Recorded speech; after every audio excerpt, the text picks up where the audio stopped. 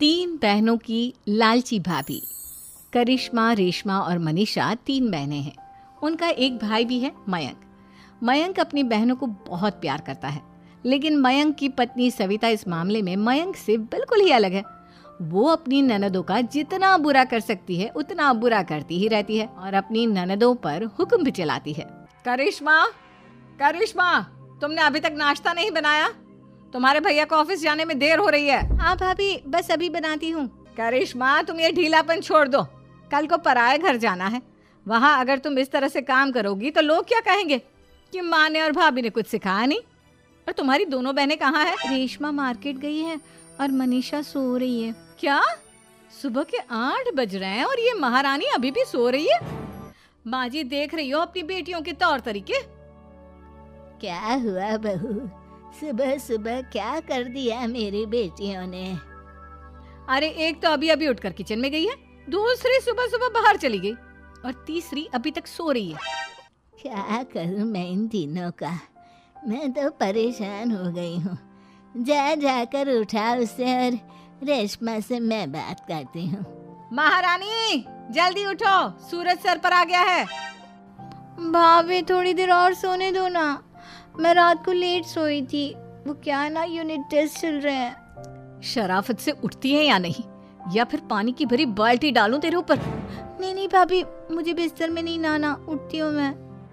लो, आ गई महारानी। ऐसा भी क्या सामान लाना था जो सुबह आंख मलते ही बाजार की तरफ रवाना हो गई?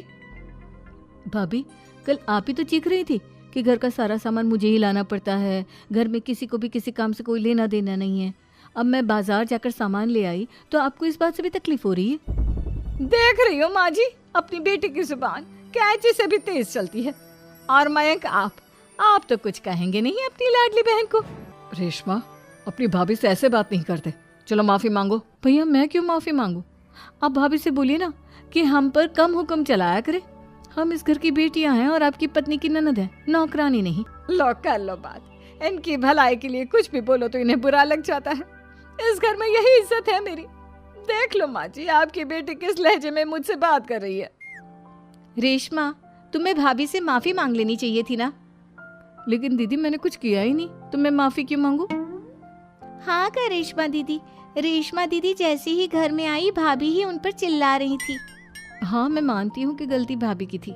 मैं तो इसलिए बोल रही हूँ कि भाभी ने माँ को तो पूरी तरह अपने वश में कर लिया है। वो हमारी बात सुनती ही नहीं। मयंक भैया हमारे लिए हमेशा खड़े रहते हैं, इसलिए उनकी बात का मान तो तुम्हें रखना चाहिए था ना।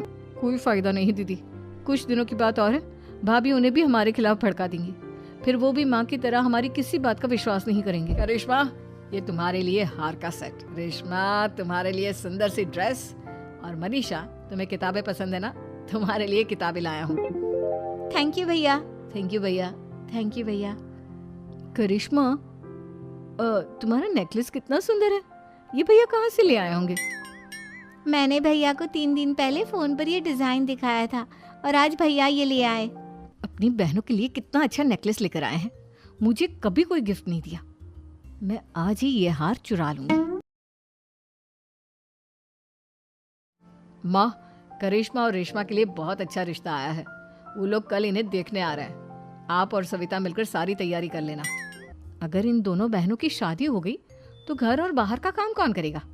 मनीषा तो एक नंबर की कामचोर है, उससे तो किसी बात की उम्मीद लगाना ही बेकार है। मुझे इस शादी को रोकना होगा। तैयार हो गई तुम दोनों? देखो, दोनों लड़के बहुत अच्छे हैं, मैं कोई कसर नहीं छोड़ना चाहता, इसलिए तुम उनके सामने अच्छे से बिहेव करना और अपनी भाभी से लड़ने मत लग जाना। करिश्मा, तुम वो नेकलेस पहन लो ना जो मैं तुम्हारे लिए लाया था। भैया, मैं बहुत देर से वो नेकलेस ढूंढ रही हूँ, लेकिन मुझे मिल ही नहीं रहा। क्या? तुमने नेकलेस खो दिया? तुम्हें पता भी है वो कितना महंगा था? तुम कोई काम ढंग से नहीं कर सकती। बहन जी, हमने करिश्मा की कुंडली अपने पंडित जी को दिखाई थी। आपकी बेटी की कुंडली नहीं बल्कि दोषों का पिटारा है। देखिए, मैं और मेरे पति इन सब बातों में बहुत विश्वास करते हैं, इसलिए हम आपकी बेटी से अपने बेटे की शादी नहीं करा सकते। चलो, करिश्मा का तो रिश्ता टूट गया, अब रेशमा का भी रिश्ता तोड़ना है। क्या करूं? हेलो, मैं कौन हूँ कौन नहीं ये आपके लिए जानना ज़रूरी नहीं। बस इतना सुन लो कि रेशमा का 2 साल से किसी के साथ अफेयर चल रहा है। आप दोनों मुझे क्यों परेशान कर रहे हो? अरे कोई लड़का होगा मेरी लाइफ में तो मैं बताऊंगी ना। जब कोई है ही नहीं तो कहाँ से लाऊं मैं कोई लड़का? तो तेरे होने वाले ससुराल वालों को फोन किसने किया था?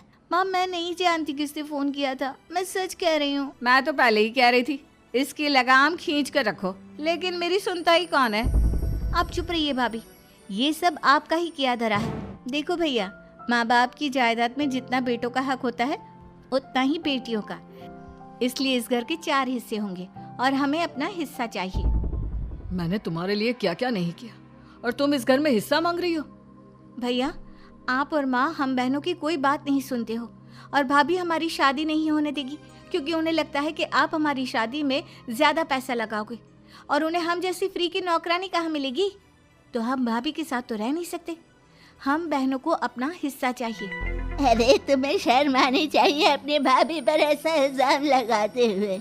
वो तुम्हारे बारे में कितना सोचती है। हाँ माँ, भाभी हमारे बारे में बहुत सोचती है, दिन रात बस यही सोचती रहती है कि किस तरह से अपनी तीनों ननदों को परेशान करूं, और कभी मुझे पढ़ने भी नहीं देती। दोनों बहनों का रिश्ता भी तो इन्होंने ही तोड़वाया है, और रात में हमारे कमरे में आकर हमारी चीजें भी चुराती हैं। इसी तरह सविता की तीनों ननदें अपनी बात पर अड़ी रही। अब कोर्ट में तारीख भी शुरू हो गई। जब सविता को लगा कि उसकी तीनों ननद इतनी आसानी से नहीं मानने वाली, तो उसने अपने पति और सास को सारी सच्चाई बता दी और अपनी तीनों ननद से माफी मांगी। मयंक और दुर्गा को भी अपनी गलती का एहसास हो गया। अब सविता खुद करिश्मा और रेशमा के लिए अच्छा रिश्ता ढूंढती है और उनकी शादी करवाती है।